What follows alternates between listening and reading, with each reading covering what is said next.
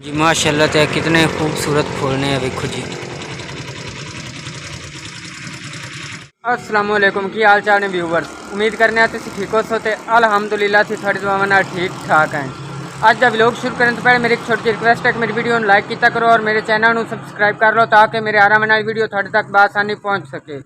जिथे भी रहो खुश रहो, आबाद रहो, हमेशा हंसते मुस्कुराते रहो, साडी दुआवां थोड़े नाल ने।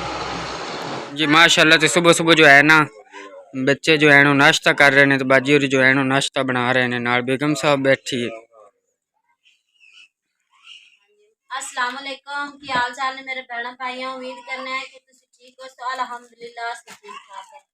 सुबह सुबह का टाइम है, बच्चे मदरसे पढ़ के आ गए ने, हुण स्कूल की तैयारी करते पे, नाटक कुत्ता पे नाल चाह पक्की पी ते हुण बच्चे नाश्ता करके स्कूल जा रहे हैं। हाँ जी, तो इस करके जो है ना बच्चों का नाश्ता बना रहे हैं, नाले असी जो है असी अज जा रहे हैं जी कार्ड देवें, इस वजह से सुबह सुबह नाश्ता किया है असी भी हूँ। तो यह जो है ना मैं सफाई कर रहा क्योंकि रात को जो है ना इत्थे जोटियां बनी दियां ने, इस करके इतने सुबह सफाई करनी पौंदी, मतलब उन्होंने गोया वगैरह जो है वो इकट्ठा करके तो बाहर सटना पौंदा। तो बाहर इस वजह तो नहीं बनने क्योंकि बाहर जो है ना जगह कोई नहीं, तो नाले उत्थे बाहर राती समींदा नहीं है, इस करके जो है ना अज असी आए हैं जी गड्डी देन, मैं और मामू शौकत अली। ओ मामू शौकत अली और खड़ोते हैं रास्ते जो है ना मैं वेख्या जी अंगूरां दा बाग, और इन मैं बड़ी अजीब जी किस्म दे वेखो बूटे लगे हुए वेखे ने, क्योंकि वेखो ना थले हुए बूटे ने, तो उत्ते जाके जो है ना वेखो वल्ला आपस जो है ना टैच किया हुआ वली नूं, ते जो है ना निशान जे बने हुए, मतलब कंक्रीट से बना के ना इन्ना वाए का निशान है, गुलेल रीति गुलेल बना के, तो उनके उत्ते जो है वेखो इस तरीके नाल वली लाई हुई हैं। तो माशाअल्लाह बाग जो है ना बड़ा खूबसूरत लगता पे, क्योंकि लैंड दे विच ही सारे बूटे ने इस तरीके नाल, ते जो वली हैं उन्होंने भी एक तरीके दे नाल ही उन्होंने लाया हुआ, तो काफ़ी वड्डा बाग है माशाअल्लाह जी। माशाअल्लाह तो कितने खूबसूरत फूल ने वेखो जी। जो है ना अगे फुलों के बूटे लगे हुए हैं, रंग बिरंगे और कलरलैस फुल लगे हुए, वेखो कितने खूबसूरत ने माशाअल्लाह। और इस तो इलावा जो है ना भी इस साइड से भी फुल लगे हुए हैं, कितने खूबसूरत लगते पे ने। यह जो है ना पार्क बने हुए, अगे भी फुल लगे हुए हैं।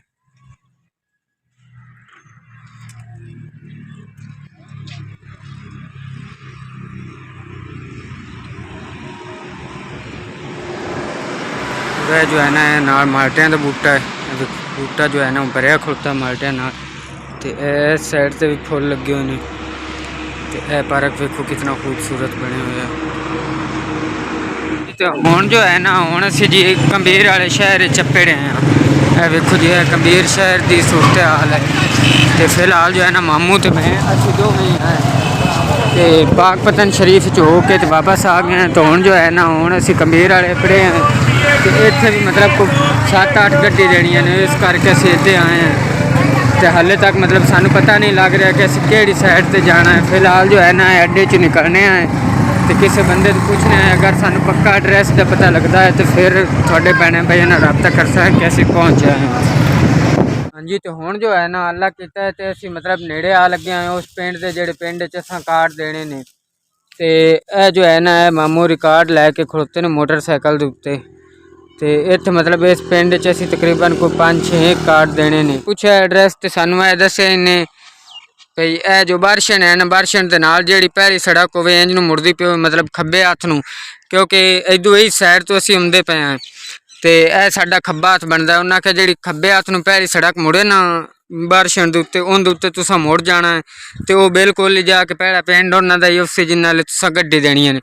तो हुण अल्लाह कीता तो उन्हां तक पेड़ियां देण नूं तसल्ली हो गई है कि हुण ये साडा मतलब आखिरी इत्थे पिंड आ जिंदे विच गड्डी साड़ियां सफ़र वालियां। तो हुण जो बाकी दियां हैं ना, बाकी उत्थे दरिया के नज़दीक ही है, मतलब साडे तो इधर साहिवाल वाली साइड बनती है, तो बाकी उत्थे दियां नूं देख के फिर पिछां वापस घर चले गए। हुण असीं अल्लाह कीता ते पहुंचे हैं, तो हुण तकरीबन टाइम जो है ना 5 बजते पे ने, तो सुबह 7 बजे दे असीं घरों निकले हैं। अज तो सारी दिहाड़ी सफ़र कर करके ना जलील हो गए हैं, तो नाले मेरी शुगर जो है ना हुण बहुत ज़्यादा हाई हुई खड़ोती, क्योंकि हुण मैनूं जो है ना टीका लाने की जरूरत, मेरे लभ जो है बार बार चुकते पे, मेरी तबीयत खराब हो चुकी।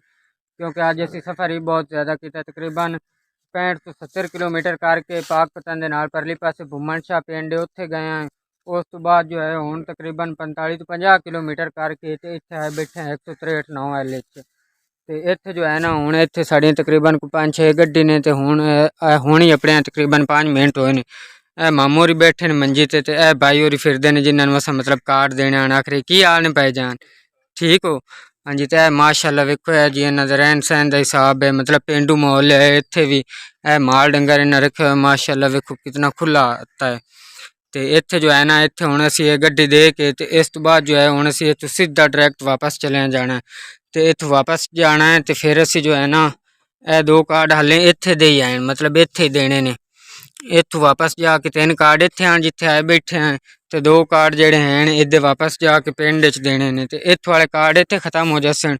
और इस तो बाद जो है ना तकरीबन कोई 5-6 कार्ड बचने ने साडे कोल, ए पिछां दे ने वापसी दे ते ए वापसी च जांदी वारी दे के जाने ते ए जो है ना ए साफा सानू नाल टिज्जा एक घर लूं, मतलब इत्थे साडे कोल रिवाज हुंदा है कि लोग ना कम्मी दी इज्जत करदे ने, या मतलब जेड़ा शादी विवाह च आंदा है या गड्डी वगैरह लैके जांदा है ना बंदे उंदी इज्जत करदे ने। कोई साफा देंदा कोई सूट देंदा, मतलब जितना कोई वरत सके एक दूए नाल वरतदे ने। क्योंकि अज असीं उन्हां दी तरफों आए हैं ना मतलब गड्डी देवन ते साडे नाल चंगा वरतन ते साफ ज़ाहिर है कल नूं अगर इन्हां दा कम्मी दी जासी ते ओह भी फिर इन्हां नाल चंगा वरतन। ते हुण अल्लाह खैर सुख रखे, तकरीबन सानू इत्थे भी कोई अद्धा पौना घंटा ते लग ही जाना है ना, क्योंकि आना आदी मर्जी नाल हुंदा है और जाना जो है वो अगलियां दी मर्जी नाल हुंदा है। इस करके ते अज दा व्लॉग जो है वो आपां इत्थे ख़त्म करने हैं, क्योंकि वापसी तक ते सानू बहुत ज़्यादा देर हो जानी। ते इंशाअल्लाह अज़ीम अगर ज़िंदगी दे विच फिर मुलाकात होसी। खुदा हाफिज़।